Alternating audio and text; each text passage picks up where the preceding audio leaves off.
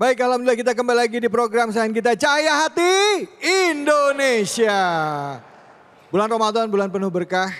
Pada saat siang hari ya atau lagi nanti setelah waktu asar itu banyak-banyaknya berzikir, banyak mohon ampun kepada Allah ya. Baca astagfirullah rabbal baraya astagfirullah minal khotoya, atau baca Allahumma innaka afun tuhibbul afwa fa'fu anna, Allahumma innaka afun tuhibbul afwa fa'fu anna ya karim. Baca terus insyaallah ya sampai menjelang waktu berbuka. Setelah baca doa buka puasa itu waktu yang mustajab ya. Betul ya Ustadz ya? Betul ya Ustadz ya? Nah, mudah-mudahan kita manfaatkan waktu-waktu kita nanti berbuka. Baik, silakan saya beri kesempatan bapak-bapak, ibu-ibu, roda saudaraku untuk bertanya. Angkat tangannya, silakan Bapak. Fadhol. Assalamualaikum warahmatullahi wabarakatuh. Waalaikumsalam warahmatullahi wabarakatuh. Nama saya Ferry, jemaah Al-Hidayah, tinggal di Bukit Cimanggu City. Bertanya Ustadz, ini kan sekarang ini banyak pekerjaan itu kan yang bersifat subhat ya. Kalau haram, kita udah tahu haram pasti kita tinggalkan. Iya. Kita ingin cari yang halal. Nah tapi kan banyak hal-hal yang subhat. Nah sebetulnya yang saya tanyakan adalah apakah ada indikasi yang bisa dirasakan secara langsung gitu ya terhadap diri kita. Kalau ini tuh pekerjaan itu bersifat subhat lah gitu atau menjurus ke haram. Kan kalau misalnya orang kebanyakan makan indikasi langsung yang terasa itu kan jadi ngantuk gitu ya. Nah ini kalau dapat pekerjaan yang subhat yang mengarah ke haram, itu biasanya indikasi langsung yang bisa kita rasakan apa? Atau dalam jangka waktu dekat kira-kira apa gitu loh kira-kira. Sehingga kita bisa punya semacam sensor gitu. Oh berarti saya harus menjauhi ini gitu. Kira-kira gitu. Terima kasih. Assalamualaikum warahmatullahi wabarakatuh. Assalamualaikum. Bapak nanya langsung ada geledek langsung. Ini mewakili mungkin sama pemirsa yang ada di rumah juga ya. Artinya pekerjaannya mungkin halal. Tapi pendapatannya subhat mungkin gitu ya Pak ya. Ya gitu. Gimana nih Ustadz nih? Ada nggak dampak langsungnya ke badan kita yang kita rasakan atau batin gitu ya? Perasaan gitu. Ada nggak yang ini jadi sensor kita tuh ada nggak ciri-cirinya? Silakan. Iya, baik. Bismillahirrahmanirrahim. Ini pertanyaannya bagus sekali dari Bapak Ferry, betul? Alhamdulillah. Kalaulah kita bicara hal yang subhat, di dalam hadis Rasulullah sallallahu alaihi wasallam, as-subhatu qaribun ilal haram. Syubhat itu sesuatu yang dekat dengan haram. Artinya kalau ini ada syubhat di tengah-tengah, di sini halal, yang haram di sini. Dekat jaraknya dengan yang haram. Dan yang haram itu sudah diketahui. Ya, dan sudah ada syariatnya diajarkan oleh baginda Rasulullah sallallahu alaihi wasallam. Manakala hati kita merasakan sesuatu hal pekerjaan ini misalkan. Dalam hal misalkan bekerja, tiba-tiba pekerjaan ini kita mendapatkan uang yang kita tidak tahu. Dapat bonus misalkan dari pekerjaan kita. Kita nggak tahu nih hasil apa bonus ini, tiba-tiba kita dikasih uang. Ya, maka di situ akan ada yang namanya feeling kita mengatakan bahwa oh ini berarti sesuatu yang syubhat. Karena sesuatu yang syubhat itu yang tahu adalah diri sendiri. Karena masing-masing pekerjaan masing-masing juga beda. Job desk-nya dan lain sebagainya. Maka saya tidak bisa memblame bahwa pekerjaan ini syubhat. Rezeki ini syubhat, tidak bisa. Tergantung masing-masing diri. Dan tadi, maka cara kita untuk mengetahui hal itu syubhat atau bukan adalah dengan ilmu. Sehingga kita tahu mana yang mendekati haram, mana yang dia mendekati halal. Mana yang ini baik untuk kita, mana yang ini buruk untuk kita. Sebagai contoh, ada orang menyumbang kepada bapak. Ya, 20 juta misalkan. Contoh, sumbangan ini ya kepada bapak dan ibu misalkan. Ya, 20 juta. Tapi bapak ini sedang membangun. Ya, membangun juga. Sama peruntukannya untuk kebaikan, tapi orang ini pengennya ke salah satu lembaga ini, 20 juta. Nah kira-kira apakah yang kita lakukan? Apakah kita membagi dua atau menyalurkannya seluruhnya atau semuanya buat kita? Toh katanya sama-sama kebaikan, saya juga lagi bangun kebaikan, toh kita sumbangkan ke dia juga untuk kebaikan. Nah, maka itulah di situ ada perlunya ilmu. Kalaulah orang tersebut sudah menyampaikan ini saya amanahkan zakat mal ini untuk lembaga ini misalkan. Maka wajiblah kita menyalurkan untuk lembaga itu. Jadi tidak ada yang namanya mampir dulu dah ke sini saya 5 juta gitu kan. 15 jutanya baru saya sampaikan. Nah itu namanya syubhat. Bahkan itu cenderung kepada yang halal. Walaupun nanti 5 juta saya pinjam dulu, saya parkir dulu. Nanti saya ganti. Atau yang biasanya ini uang tabungan, yang megang uang tabungan gitu kan. Ya. Saya pinjam dulu nih uang tabungan nanti saya ganti. Hati-hati itu bisa jadi perkara yang syubhat. Karena meminjam tanpa memberitahu. Karena memakai tanpa memberitahu. Kita tahu itulah dilarang, tapi kita tahu dan mampu untuk membayarnya, utang dan lain sebagainya. Maka hati-hati, itu lebih dekat kepada perkara yang haram. Kembali lagi ke dalam diri masing-masing Mas David. Tapi ada gak sih perasaan kayak was-was gitu. Kan kayak tadi Ustadz bilang yang tahu adalah orang tersendiri yang di bidang itu. Karena biasanya ya Pak, walau kita dikerja di kita tahu lah ini duit pasti dari mana. Tinggal masalahnya kita mau denger atau emang kita nggak mau tahu kan begitu ya kan gitu. Benar gak Ustadz ya? Iya betul, makanya sudahlah yang seperti itu ya lebih baik kita tinggalkan saja. Kalau memang kita mampu untuk meninggalkan, tapi kalau dipaksa itu lain lagi hukumnya. Misalkan nih kamu silakan, nanti bisa kita alihkan kepada sesuatu hal-hal yang memang terhindar daripada perkara-perkara yang syubhat. Artinya kita tidak tahu tekanan itu datang dari mana. Kita tidak tahu kondisi lingkungan kita seperti apa. Apalagi kalau misalkan kita sudah tahu itu adalah yang haram, maka segera tinggalkan apalagi hal yang syubhat. Udah nyarinya yang halal-halal aja dah. Saya yakin ada dampaknya orang yang mengerjakan syubhat. Akan ada dampaknya ke dalam diri sendiri. Abil khusus kepada keluarga. Dia akan nyaman terus melakukan yang namanya keburukan. Syubhat. Kita nggak tahu nemu duit di jalan, ya kan? Udah saya ambil aja. Padahal kan kita nggak tahu itu duit siapa, betul kan?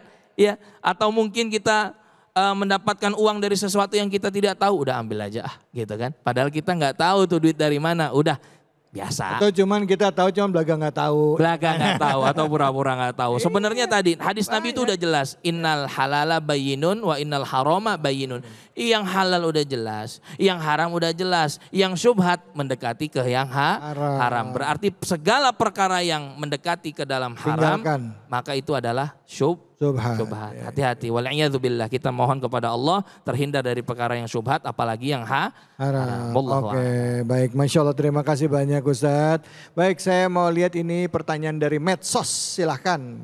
Kita lihat dari media sosial. Assalamualaikum Ustadz, apakah boleh memakai barang perusahaan untuk urusan pribadi? Nah, apakah itu termasuk korupsi? Contohnya pakai komputer kantor untuk kerja sampingan. Atau mungkin mau pulang kampung lebaran pakai mobil kantor. Ini yang tadi saya bilang. Nah, itu gimana? Silakan mungkin Ustadz dari Randy, silakan Pak Tor. Silakan Ustadz. Baik, terima kasih. Jika kita memakai sesuatu yang sekiranya orang lain itu ridho kepada kita, ataupun kita telah minta izin terlebih dahulu, maka itu diperbolehkan. Ya, intinya di situ tuh. Jadi ketika kita meminjamkan barang atau memakai sesuatu barang, dan orang lain yang memiliki hak itu dia mengizinkannya, maka itu boleh. Bagaimana ketika barang itu milik perusahaan yang sekiranya itu adalah fasilitas umum, ya. Ini bukan hak miliknya, ya. Kalau dari pimpinan yang menyatakan bahwasanya ya udah ini mobil kamu pakai ketimbang nanti khawatir terjadi yang namanya hujan lebat, banjir. Ini mobil jadi kebanjiran nih. Bahaya nih mobil semacam. Ya udah nggak apa-apa, ini kamu pakai untuk kamu simpan dan kamu jaga. Itu boleh seperti itu. Tapi kalau seandainya kita main pakai aja tanpa kita izin oleh atasan kita, kita tidak izin kepada pimpinan kita pakai, kita gunakan untuk kepentingan diri kita sendiri, apatah lagi menguntungkan diri kita sendiri, nah disitulah yang tidak bolehnya seperti itu. Oleh karena itu agama kita betul-betul telah mengajarkan kepada kita, memerintahkan kepada kita untuk dapat melakukan sesuatu yang baik, untuk mengerjakan sesuatu yang baik, dan tidak mengambil sesuatu yang bukan pada haknya. Karena hati nurani kita ini, yang pertanyaan tadi juga sama, hati nurani kita ini menjadi warning bagi kita, Pak. Menjadi sebuah peringatan bagi kita. Pasti ketika kita melakukan keburukan, melakukan sesuatu hal yang tidak diridhoi oleh Allah Subhanahu wa taala, pasti hati nurani kita itu berbicara. Pasti hati nurani kita itu menolak. Pasti itu. Inilah makanya hati kita ini gak bisa dibohongin, Pak. Ketika kita melakukan sesuatu yang diridhoi oleh Allah Subhanahu wa taala, kita semakin giat untuk melakukan itu. Tapi ketika kita melakukan sesuatu yang sekiranya Allah tidak ridho di dalamnya, pasti hati nurani kita pun akan berbicara bahwa itu tuh sebenarnya yang aku lakukan tuh itu nggak baik gitu.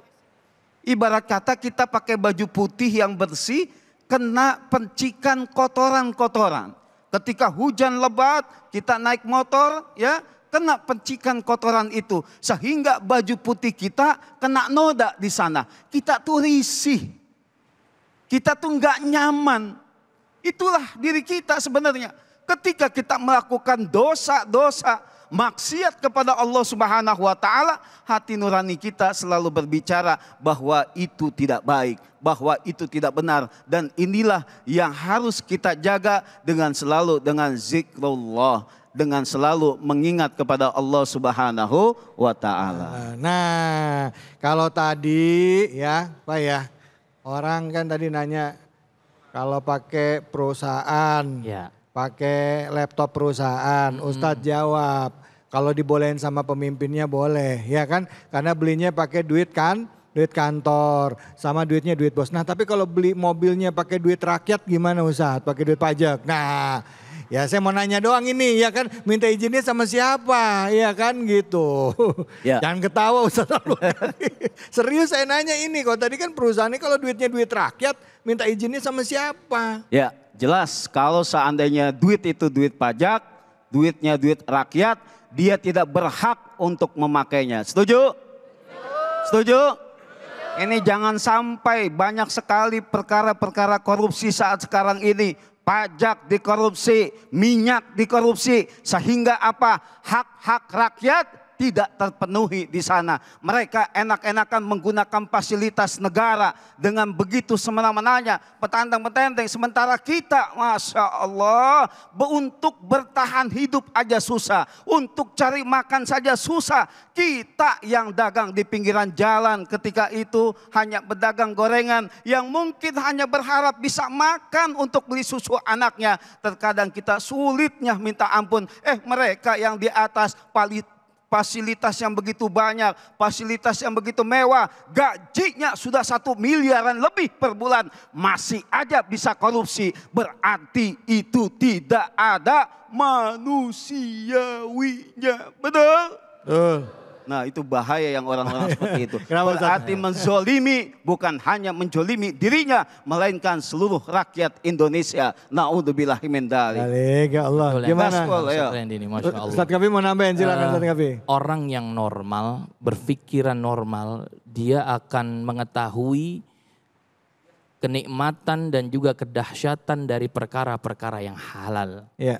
Namun orang yang tidak berpikiran normal, dia akan senantiasa membiasakan perkara-perkara haram yang dia lakukan sebagai habitnya dia, sebagai dailynya dia. Oleh karena itu, saya rasa hal yang kita lakukan adalah harus benar-benar mengkat daripada perkara-perkara yang haram. Wabil khusus tadi. Tapi mohon maaf. Apalagi kalau duit rakyat dikorupsi sampai triliunan. Waduh. Udah begitu yang disalahin Ya. Rakyat yang ngorupsi siapa, yang disalahin rakyat. Ya Allah, itu pasti dosanya luar biasa. Mudah-mudahan kita dijaga daripada perilaku-perilaku yang haram. Amin ya Rabbal Alamin. Ya Allah. Maaf ya saya nanya. Ini bukan apa-apa. Saya jadi ingat sebuah kisah di zaman Khalifah Umar bin Khattab ya. Jangankan itu, orang datang ke rumahnya aja ditanya dulu urusannya apa. Betul. Kalau urusan negara lampunya dimatiin ya malam hari ya kan gitu. Karena minyaknya belinya pakai uang rakyat. Kalau urusan umat. pribadi minyaknya dimatiin. Kalau urusan negara Negara baru boleh. Ya. Iya gitu. Nah kalau kita urusan pribadi, nah nggak ngomong. Baik, mudah-mudahan Ya Allah. contoh uswah itu udah ada ya di diri Rasulullah dan juga para sahabat ya yang jadi pelajaran bagi kita ya, khususnya Rasulullah Sallallahu Alaihi Wasallam. Baik, kita habis ini akan lanjut lagi bahasan kita. Kita akan belajar mengaji, membaca Al-Quran lagi, mengingat-ingat lagi cara bacanya bersama dengan guru kita Kiai Haji Munawir Ngacir. Jangan kemana-mana, tetap di Cahaya Hati Indonesia.